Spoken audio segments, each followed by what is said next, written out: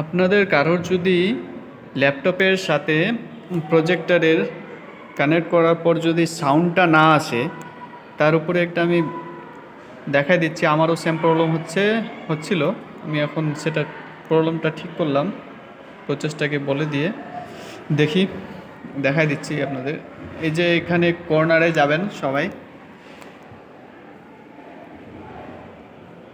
হ্যাঁ, কর্নারে এই জায়গাটায় ক্লিক করবেন, আসবে এই ভলিউমের বাটনটা আসবে।